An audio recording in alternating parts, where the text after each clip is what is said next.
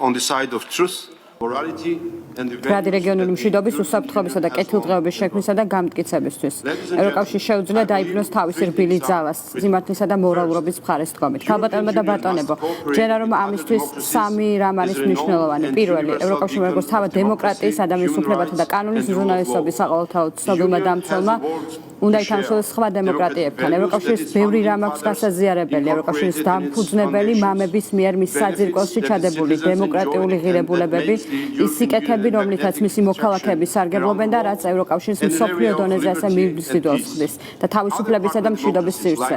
სხვა პარტნიორ დემოკრატიებს ასევე ბევრი რამ აქვს გასაზიარებელი, მათ შორის საქართველოს, რომელიც თავისუფლებისა და მშვიდობის ევროპის იდენტობის სადარაჯოზე მდგომი ერთგული ოპტიმისტია.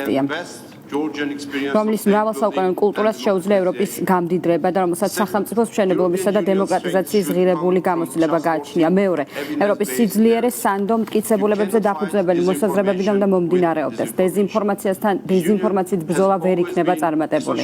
ევროკავშირი ყოველთვის ასოცირდებოდა ნამდვილ პროგრესულ ღირებულებებთან და თითქმის მეცნიერულ დონეზე დაფუძნებული განვითარებისა და კეთილდღეობასთან. სამწუხაროდ, ბოლო პერიოდში იკვეთება მყარ ფაქტებზე მაღლა აღქმების დაყენების ტენდენცია. დეზინფორმაციის ამჟამინდელი ცუნამი ევროკავშირის ნამდვილი სიძლიერე იმ მოსაზრებების გაძლიერება, რომლებიც არა აღქმებს, არამედ ფაქტებს ეფუძნება. ფაქტებზე დაფუძნებული მსჯელობა აძლიერებს დემოკრატიას, აღქმებზე დაფუძნებული ასუსტებს მას. თუ გსურთ საზოგადოების ნდობის შენარჩუნება, ჩვენმა დემოკრატიული მმართველობის ინსტიტუტებმა გადაწყვეტილების მიღებისას ფაქტებზე დაფუძნებული მიდგება უნდა გამოიყენონ. Should champion the fact-based decision making if we want to maintain public trust. And third, the promise of EU membership should be coupled with a წევრობის დაპირება გამტკიცებული უნდა იყოს მისი ინსტიტუტების თანმიმდევრული მიდგომით, რომელშიც ნაკლებად იქნება სუბიექტური და პარტიული ინტერესები.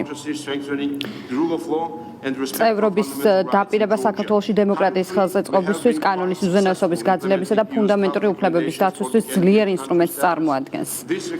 წარმატებით ნერგად რეკომენდაციის ევროკავშირის 12 რეკომენდაციას ამჟამად რაც გვჭირდება ევროკავშირში გაწევრიანების გზაზე არის მკაფიო, გაზომვადი და ინსტიტუციური პროცესი, ნაკლებად სუბიექტური, მიკერძოებული პოლიტიკური შეხედულებებით. ძვირფასო მეგობრება, მე მჯერა ევროპის.